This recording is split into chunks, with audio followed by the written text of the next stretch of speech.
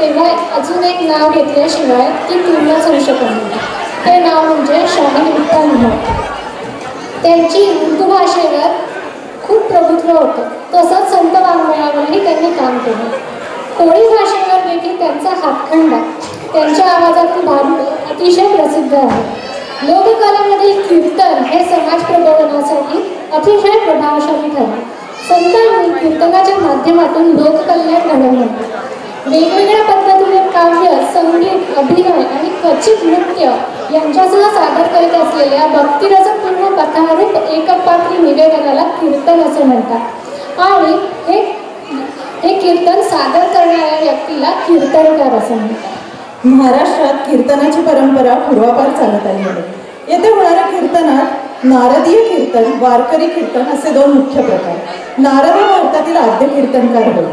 नाचू कीर्तनाच्या रंगी, ज्ञानदीप लावू जगी अशी प्रतिज्ञा करून संत नामदेवांनी आत्मजागृतीचे, भागवत धर्माचे प्रसाराचे कार्य केले.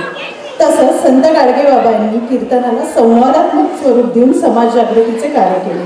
यावरून या कलेचे महात्म्य लक्षात येते. शारदीय नवरात्रात आपल्यापैकी बऱ्याच जणांनी पंडित अफळेबुवांचा कार्यक्रम बघितलाच असेल.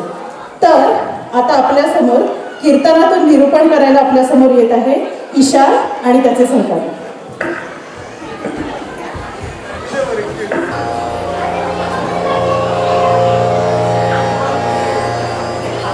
पुंडलिक वरदे हाय विठ्ठल, श्री ज्ञानदेव तुकाराम, पंढरीनाथ महाराज की जय, पंढरीनाथ महाराज की जय. नमस्कार मंडळी. पूर्वीच्या काळी वयस्कर माणसं ही देवळात जाऊन कथा कीर्तन ऐकत असत. उर्वरित जीवन हे भगवत भक्तीमध्ये व्यतीत करत असत. पण आता मात्र हे चित्र जरा पालटलंय बरं का. आजच्या आजी आजोबा व्हॉट्सॲप, फेसबुक अशा करमणुकीच्या साधनांमध्ये मग्न आहेत.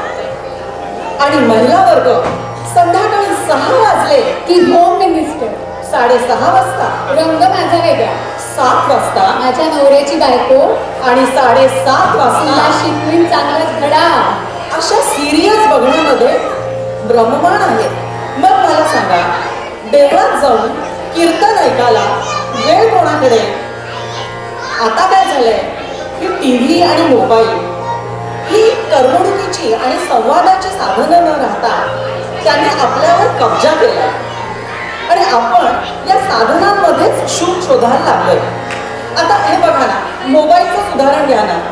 पूर्वीच्या काळी लहान मूल रडायला लागलं की आई काय करायची? आई त्याला जवळ घ्यायची, छान छान गोष्टी सांगायची आणि मग मूल आपोआप हळूहळू शांत व्हायचं. आणि आताची आई काय करते? मोबाईल हातात देते आणि हातात मोबाईल आला की मूल गप्प बसतं, कारण बोटं चालू होतात. मग बघा, आईच्या स्पर्शाची जागा जर आता मोबाईलच्या स्पर्शाने घेतली असेल तर मग हा विज्ञानाचा विजय आहे का मातृत्वाचा पराजय? हा विचार करण्याची वेळ आपल्यावर आली आहे.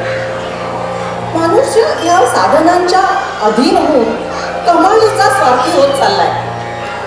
प्रत्येकाला काही करून स्वतः सुखी व्हायचंय आणि असा स्वतः सुखी होण्याचा मार्ग म्हणजे हॉलिडे असं त्याला वाटतं. हॉलिडे म्हणजे मामाच्या गावाला जाणार, नाही फॉरेनला जायचं. असे भरपूर पैसे खर्च करून लोक हॉलिडे म्हणजे फॉरेनला जातात आणि तिथे जाऊन काहीही बघत नाही. हो, कारण तिथे गेल्यावर फोटो काढतात, स्टेटसला टाकतात, फोटो काढतात, स्टेटसला टाकतात आणि मग त्याच्यानंतर दर 10 मिनिटांनी बघत असतात किती लाईक्स आले, किती व्ह्यूज मिळाले. आणि खरं दुःख सांगू का, तेव्हा होतं जेव्हा यांनी ज्यांच्यासाठी फोटो टाकलेले असतात ना ते 24 तासात यांचा स्टेटसच बघत नाही आणि मग सगळ्या ट्रिपचे पैसे वाया गेले असं वाटतं.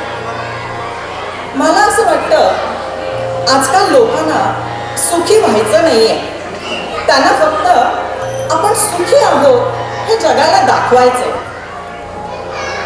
आणि बघा ना, सगळं सुखदुःख आजकाल लोकांच्या क्रियाप्रतिक्रियांवर अवलंबून आलेलं आहे.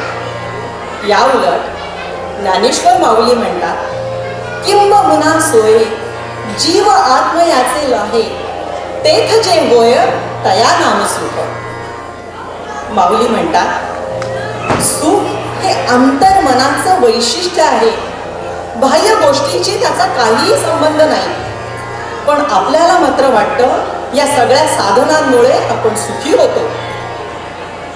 बघा, आपल्या आजी आजोबांकडे ही सगळी साधनं होती का? पण ते किती सुखी आणि समाधानी होते.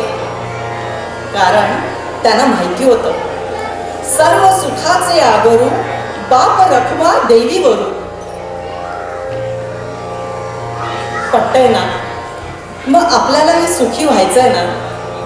मग एक काम करू, आपला एखादा हॉलिडे कमी करू आणि पंढरपूरला जाऊ. अहो, आपल्या हॉलिडेचे फोटो लोक 24 तासात विसरतात. पण त्या सावळ्या विठुरायाच्या दर्शनाने तुम्हाला जे सुख मिळेल ना, ते कोणाला दाखवण्यासाठी नसेल आणि म्हणूनच तुमच्याकडे ते चिरंतन राहील. चला तर मग आत्ताच सुरुवात करू. विठू नावाच्या गजरात बुडून जाऊया. सुरू करूया. विठ्ठल विठ्ठल जय हरी विठ्ठल विठ्ठल विठ्ठल जय हरी विठ्ठल विठ्ठल विठ्ठल जय हरी विठ्ठल विठ्ठल विठ्ठल जय हरी विठ्ठल.